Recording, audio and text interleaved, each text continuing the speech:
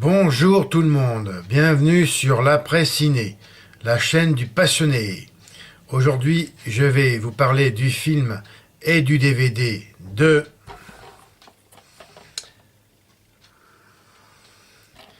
Ça va dériver sec, avec dérive mortelle.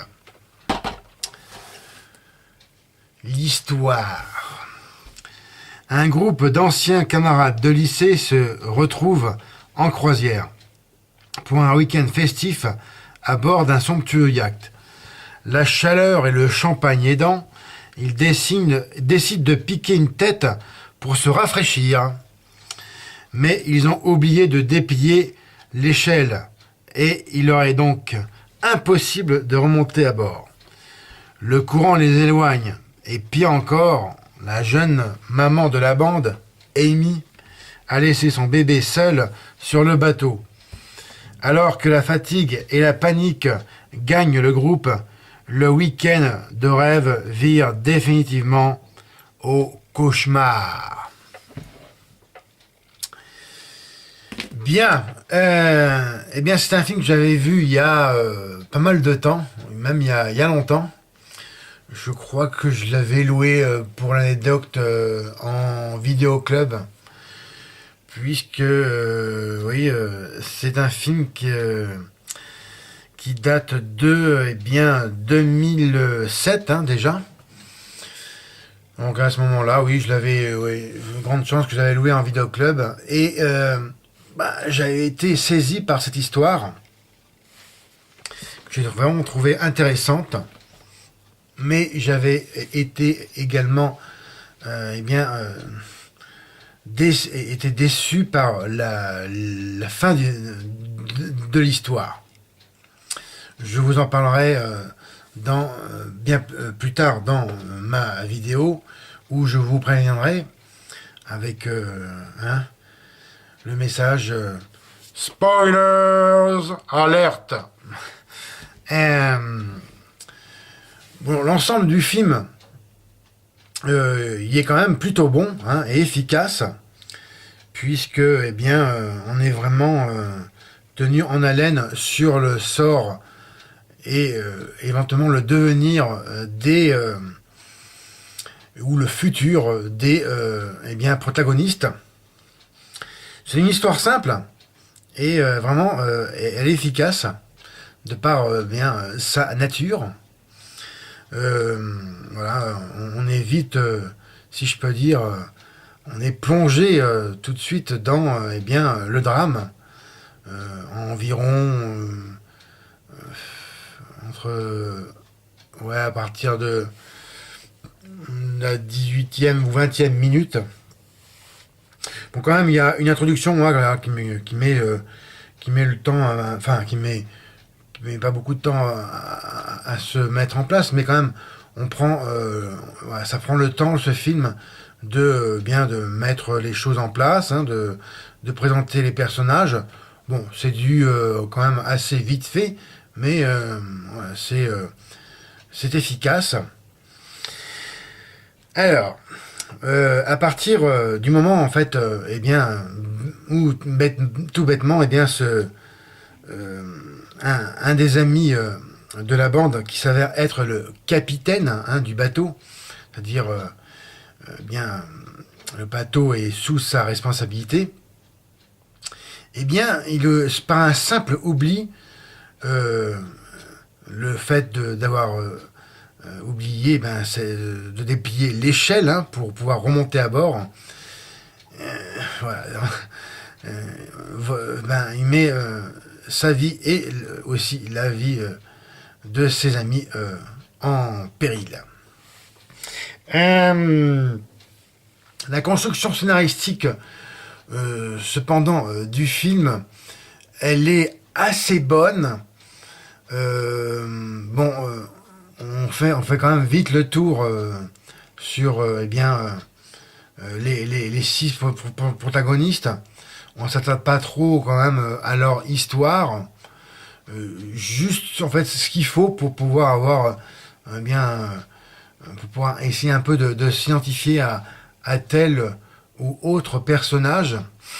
Bon, moi, ben, bien sûr, moi, je me suis tout de suite, j'ai tout de suite été plus intéressé par, le personnage d'Amy qui est le plus, enfin, pas le plus développé, mais le plus intéressant de la bande des, 6 personnes qui sont présentées ici. Euh, Excusez-moi. Et les autres, ils sont, ouais, ils sont trop légers. Enfin, je veux dire, ils sont pas suffisamment développés pour pouvoir avoir le temps qu'on s'y attache. D'ailleurs, le rythme du film ne donne pas le temps vraiment, vraiment à s'attacher à l'un ou l'autre. Mis à part, bon, pour moi, Amy, hein, la jeune maman du groupe, puisque, elle souffre depuis son enfance par rapport à un drame personnel qu'elle a vécu, qui est sommairement expliqué, mais bon, qui est quand même, voilà, euh, qui est quand même là pour pouvoir expliquer le pourquoi du comment. Elle souffre d'aquaphobie, une peur viscérale de l'élément liquide. Et bon, ben moi, ouais, moi j'ai, c'est une phobie dont je ne souffre pas. Je sais qu'il y a beaucoup de gens qui ont cette phobie. Et moi, j'ai vraiment trouvé intéressant, voilà, voilà, cet angle psychologique. Parce que quand même, la psychologie est quand même bien là, puisque bon, une fois que il se retrouve coincé, hein, c'est le cas de le dire, dans l'eau, puisqu'il est absolument impossible de remonter à bord malgré de multiples tentatives. Et ouais, moi j'ai bien aimé en fait voilà les moments où en fait chacun se découvre en fait révèle un caractère son véritable caractère, hein, puisqu'ils sont confrontés à une situation extrême pour leur survie. Alors, maintenant, je vais vraiment m'attarder un peu sur quelques détails du film et surtout concernant la fin pour les personnes qui l'ont vu. Donc c'est le moment de lancer spoilers alerte. Bon, pour les gens qui n'ont pas vu, qui décident de le voir, qui décident de le voir maintenant, je vous le conseille, ça vaut le coup d'œil. C'est un assez bon film. Et quand vous l'aurez vu, revenez me voir à ce moment-là. Qu'on puisse en discuter. Mais maintenant. Alors, bon, il y a, dans le processus du scénario, déjà, au bout de... Il y a une première fille qui meurt, enfin qui coule, hein, tout simplement. Et que en fait, c'est la petite copine c'est la copine hein, de Zach, il me semble, le capitaine du bateau qui essaye en fait, de la rattraper sous l'eau, et puis bon elle est beaucoup trop profonde pour pouvoir la remonter, et bon il n'y arrive pas. Ensuite dans le deuxième qui périt, c'est tout bêtement à cause d'un coup de couteau. Bon, c'est vraiment d'ailleurs bête comme histoire. Pas comme histoire, je veux dire comme fait voilà, que en fait, à cause d'un coup de couteau malencontreux, en fait, il se fait carrément planter le couteau de survie parce qu'il essayait de remonter à bord en essayant de planter le couteau assez haut pour pouvoir faire levier pour essayer de grimper à bord. En fait, les 3 premiers personnages qui commencent voilà, qui meurent sont assez rapides dans l'histoire, puisque le troisième, eh bien, alors, le deuxième, en fait, il est en couple avec une amie hein, qui fait partie de la bande. Et le troisième, en fait, c'est le mari de Amy, qui lui aussi bêtement, ben, en fait, en essayant de... Voilà, en fait, il essaie de récupérer le couteau, et il y arrive, et en remontant, enfin, il arrive juste à temps pour pouvoir le récupérer, puisque le couteau coule à pic, et en remontant très vite, en fait, il est remonté trop vite. Euh, Sous le bateau, d'ailleurs, je trouve que enfin, c'est vraiment bête, la façon, enfin, j'ai trouvé ça bête, en fait, il se cogne la tête contre l'hélice, et il a une hémorragie cérébrale, et il meurt à petit feu, en fait. Voilà. Et la troisième, c'est... en fait, donc là, c'est le troisième. Après, voilà. À partir de ce moment-là, dans le scénario, après les trois disparitions, il en reste trois, puisqu'ils sont six au total. C'est-à-dire Zach, le capitaine, si on peut dire comme ça, du bateau, Amy, et son autre amie, en fait, la copine de celui qui se fait prendre un coup de couteau dans le côté ou le flanc. Bon, et à ce moment-là, j'ai trouvé ça encore plus intéressant par rapport à la psychologie eh bien, du petit noyau qui reste. Alors il y a une fille, cette fille-là, en fait, comme elle a perdu son copain qui s'est fait poignarder, ne veut plus rester eh bien, en présence de celui qui lui a donné malencontreusement, parce que c'est un accident. Et elle parle en fait, elle part nager pour essayer de regagner la terre ferme. Il faut quand même savoir que dans l'histoire, le bateau est eh bien, au large, hein, en eau profonde.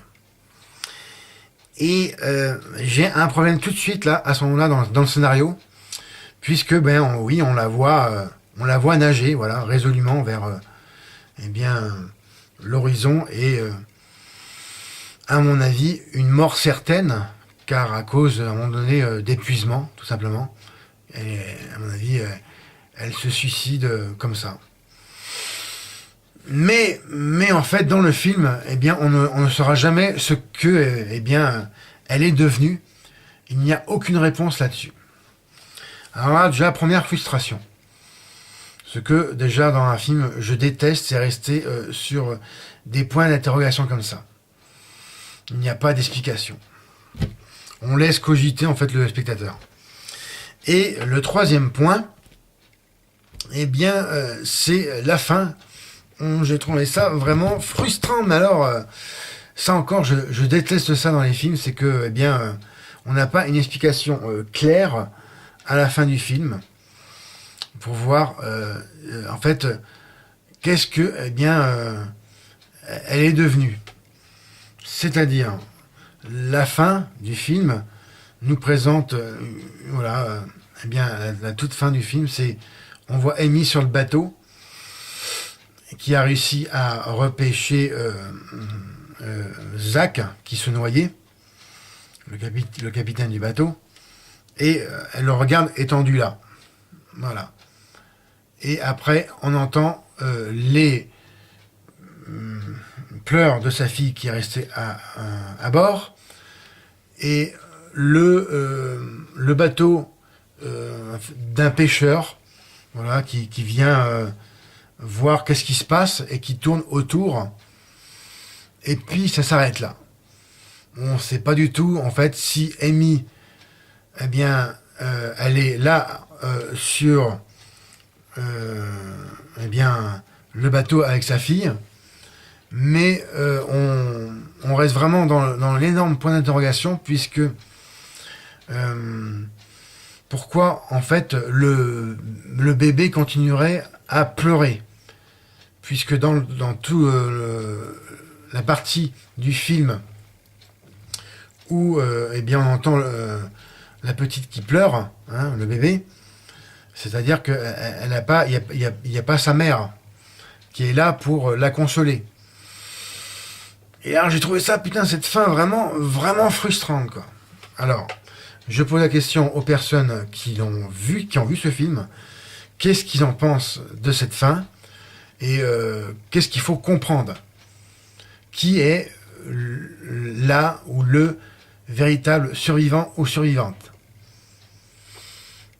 Pour moi, ça serait uniquement la petite fille et la maman, mais c'est illogique puisque on l'entend tout le temps pleurer. Et ça, putain, ça m'a vraiment, j'insiste là-dessus, vraiment frustré. Et c'est vraiment dommage parce que ce film est super intéressant puisqu'il s'attaque en fait aux peurs primitives de l'homme et de tout à chacun. Hein. On a tous plus ou moins des phobies, hein, des peurs.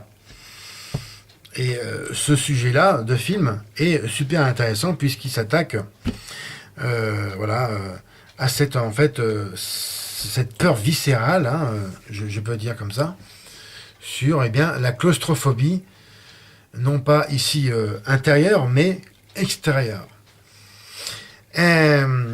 Alors, maintenant, le choix du casting, la prestation des acteurs, actrices.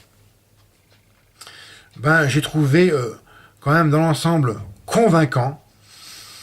C'est pas extraordinaire, mais c'est voilà, vraiment c'est correct, hein, enfin même plus que correct. Il joue quand même bien dans l'ensemble, même si peut-être certains jouent moins. Enfin, peut-être que ça s'explique par rapport à leur présence présence de temps dans le scénario, sont un peu moins intéressants ou n'ont pas beaucoup de choses à dire. Je pense tout de suite déjà à la première noyée et ouais, au deuxième hein, qui se fait poignarder. Bon, ces deux personnages-là, oui, ils sont pas interprétés vraiment très bien, mais c'est juste correct pour être quand même efficace. Et bien le reste du casting, moi j'ai préféré bien la performance de eh bien celle qui fait Amy, qui joue bien. Voilà, on sent bien sa peur, hein, elle retranscrit bien sa phobie hein, à l'écran. Les effets spéciaux, trucage. Bon, je dirais que le seul trucage du film que j'ai noté, c'est le coup de poignard. Bon, voilà, avec un effet gore.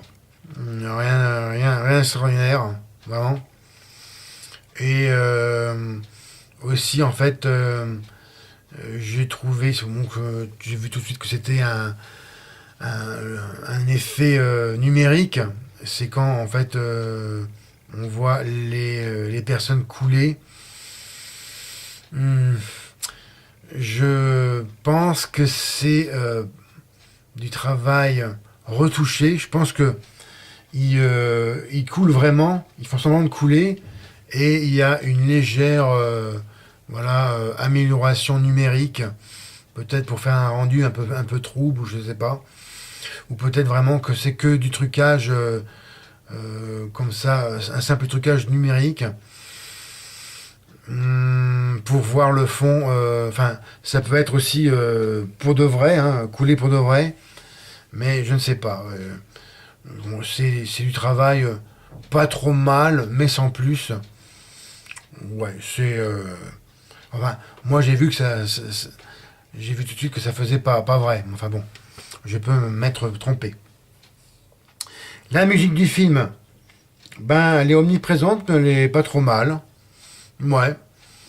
Elle est un peu angoissante par moment. Enfin, un peu angoissante. Enfin, Elle a des annotations musicales un peu angoissantes, oui, ça peut être ça. Le doublage des voix, il est bon, ouais. Non, j'ai rien à redire là-dessus, non, non. C'est du bon travail d'acteur-actrice. La photographie du film, ben j'ai trouvé elle est bonne aussi. Oui, c'est bien filmé. Oui, on a des on a des belles couleurs d'extérieur et puis bon, peut-être je dirais bémol sur eh bien ouais sur tout ce qui est à partir de la nuit quand c'est filmé à ce moment-là. Bon, c'est ouais, bah, forcément c'est la nuit, mais je veux dire par là c'est pas très c'est pas je vais pas trouver ça bien travaillé. Ouais, enfin même bon c'est fait peut-être pour avoir vraiment une impression vraiment de noirceur. Mais bon, donc les plans de nuit, je n'ai pas trouvé ça terrible. En parlant de scène, je pensais tout à l'heure, en fait, trouver une scène qui m'avait l'air pas, comme ça en y repensant, pas très logique. Enfin, c'est en fait, ouais, si on est près de, on est pas de garde, il y a un gros orage dans la nuit. Quand il reste les deux survivants. Et bon, quand ça fait orage, ça fait au moins il doit y avoir du vent, doit y avoir du brassage d'air. Et j'ai trouvé curieusement que, eh bien, la vague, enfin les vagues, il n'y en avait pas beaucoup. Il n'y avait pas beaucoup de remous sur des remous de vagues sur le bateau, quoi. Alors, j'ai trouvé ça bizarre. Alors, voilà, on sait que, eh bien, dans le film, c'est expliqué, hein, je vais vous dire ça dans ma petite rubrique interne, le savez-vous, le pourquoi du comment. Maintenant, eh bien, comme à l'habitude, je vais vous parler de la fiche technique du film. Alors, il faut savoir qu'il est sorti, alors il était sorti le 27 juin 2007, mais je n'ai pas de précision quant à une sortie au cinéma. Je pense plus à une sortie directement en vidéo. Alors, c'est un film allemand. C'est quand même suffisamment rare pour le souligner quand même. C'est vraiment, voilà, un ovni, je dirais, hein, dans le cinéma dans ce genre de cinéma. Réalisé par Hans Horn, avec dans les rôles principaux Eric Den, Suzanne May Pratt. Alors c'est celle qui fait Amy. Hein. Je trouvais que c'est une bonne actrice. Et Niklas Lange, hein, dans les rôles principaux. Bon, alors c'est un film qui est en catégorie drame thriller. Oui, ça correspond bien à ça, un drame aquatique. Hein. Et oui, c'est un thriller, oui, parce que bon, quand même, on est quand même bien tenu en haleine. Hein. Maintenant, eh bien, ma petite critique. Hein, le saviez-vous? Alors, c'est différents faits de tournage, hein, anecdotes, voilà, que j'ai trouvé intéressantes. Alors, faut savoir que quand même, oui, faut savoir voilà, un point de détail que en fait le titre original s'appelle Open Water numéro 2, Adrift.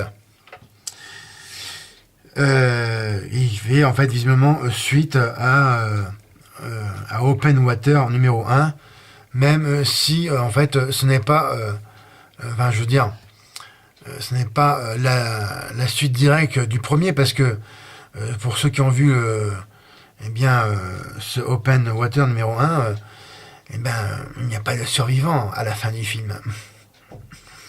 Bon, alors, ce film est distribué chez TFM Distribution, a été produit en 2006 sorti en DVD le 7 février 2008. Pas de sortie Blu-ray. Box office en France. Ah voilà, donc j'ai bien une confirmation dans mes notes. Il est bien sorti en ce 27 juin 2007 pour un score minable de 79 059 entrées. Alors vraiment, ce film n'a pas du tout marché. Moi, je trouvais ça assez dommage parce que quand même, ça vaut vraiment le coup d'être vu. Hein. Pour un budget initial de 1 200 000 dollars. Bon, alors là, vraiment, c'est pas en sortie de salle qu'il a renfloué son budget. Je pense plus, il a dû se renflouer plus par les locations, tout ce qui est, à l'époque, à l'époque des vidéoclubs, tout ce qui a été locatif. Maintenant, alors, carton au box-office. Fort du succès d'Open Water, près de 35 millions de dollars de recettes mondiales pour un budget de seulement 130 000 dollars, une suite a été rapidement envisagée par la société Lionsgate. Ce n'est toutefois que 3 ans plus tard que le projet Dérive mortelle a vraiment pu voir le jour, sous la houlette d'un jeune cinéaste, Hans Horn. Alors, une suite officielle, j'en parlais, ou officieuse. Les scénaristes du film, Adam Krutner et David Mitchell, avaient originellement intitulé leur film Godspeed. En fait, c'est le nom du bateau, du yacht. Rapidement renommé en Adrift.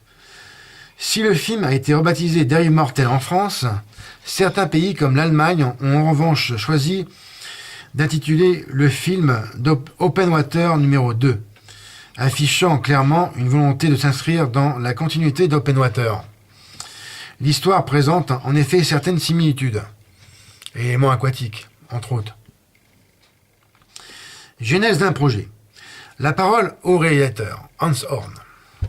C'est ma femme, Tina, qui a été la première à me raconter le fait divers à l'origine de Dérive mortelle. J'étais halluciné de voir à quel point le sort s'était acharné sur cette bande de 6 copains. J'ai essayé de m'imaginer à leur place. Et si c'était Tina et moi qui avions été tout seuls au milieu de l'océan, sans pouvoir remonter à bord du bateau, qu'est-ce qu'on aurait fait? Et c'est là toute la question que je vous pose aujourd'hui. Que feriez-vous si vous vous retrouviez dans cette situation extrême? Comment aurait-on survécu? Sans espoir d'être secouru, est-ce qu'on serait mort? Ce scénario cauchemardesque a réveillé une peur primitive en moi. J'en parlais aussi. Le fait d'explorer mes peurs primitives et de m'y confronter me fascine. Moi aussi. Mais qui est Hans Horn? Bah oui, parce que moi je le connaissais pas avant ce film-là. Après avoir développé sans succès plusieurs projets de long métrage, pendant 5 ans aux États-Unis, le réalisateur de publicité Hans Horn, réputé dans son domaine, décide de revenir en Allemagne. En 2004, le succès phénoménal d'Open Water l'incite à creuser un peu plus long son propre thriller, aquatique. Il soumet alors son idée à Dan Mag, qui l'accepte. Hans Horn a également collaboré au montage du drame historique Sophie's Call les derniers jours en 2006. Jamais entendu parler. Le Mexique au port de l'Europe. Bien que censé se dérouler dans les eaux du Mexique, comme il est présenté, lors de la scène d'introduction, le film a été tourné sur la côte maltaise. À mon sens, c'est pas la même mer. Hein. C'est vraiment pas du tout le même endroit. Carrément à l'antipode, là. Dont le littoral présente de nombreuses similitudes avec la côte mexicaine. Je ne connais pas Malte, et la côte mexicaine, je la connais, mais pas du côté pacifique. Donc je ne peux pas je peux pas me prononcer. C'est aussi là que se trouve l'un des plus grands réservoirs d'eau d'extérieur au monde, souvent sollicité pour la production de films, comme 3 de Wolfgang Petersen, par exemple.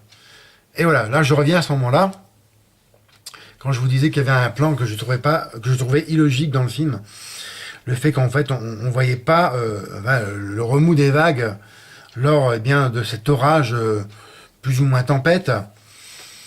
ça a été tourné eh bien, dans ce réservoir, et non pas en haute mer. Enfin, c'est ce que je pense. Parce que vraiment, si ça avait été tourné en pleine mer, voilà, on aurait vraiment eu un remous de vagues. Et là, on a des vaguelettes, quoi, mais pour moi, c'est illogique. Bon, c'est un détail, hein, parmi tant d'autres, hein, qui ne m'a pas échappé. Une eau changeante. Dans les environs de Malte, l'eau de mer change au fur et à mesure de la journée. Je sais pas, je connais pas.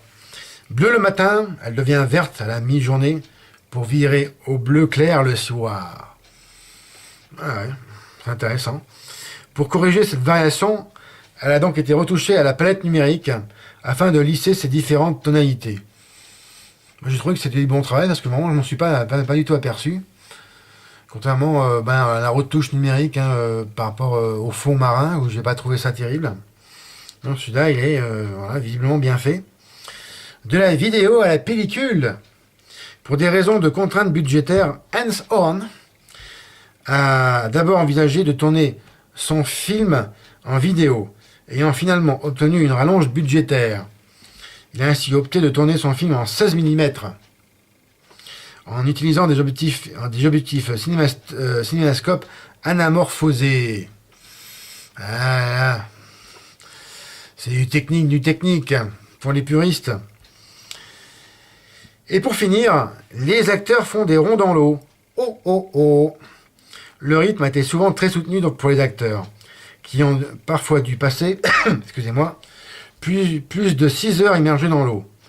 Ah, de là. Il va avoir vraiment hâte d'en sortir. Putain, il doit avoir les mains vraiment, vous savez, quand on passe longtemps dans l'eau, on a les mains ici qui sont toutes ridées là. Enfin, l'extrémité des doigts, quoi. Vraiment, c'est vraiment intéressant pour être souligné. 6 heures, ça fait vraiment beaucoup, quoi. Maintenant, je vais vous présenter l'édition DVD. Une édition simple, il n'y a pas de collector.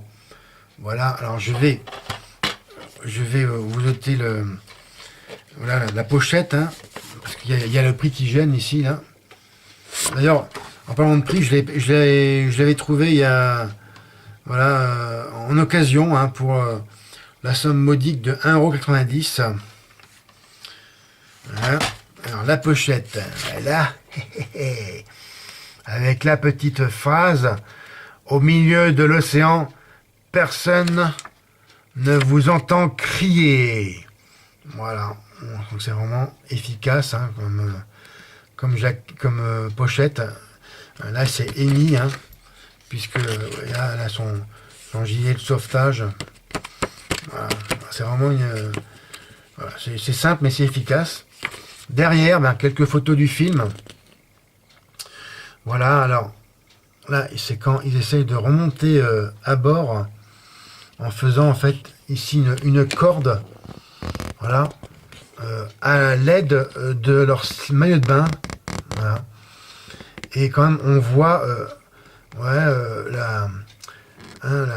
quand même on voit la hauteur du yacht, par rapport ici, vous avez la ligne de flottaison ici en sombre, et bien le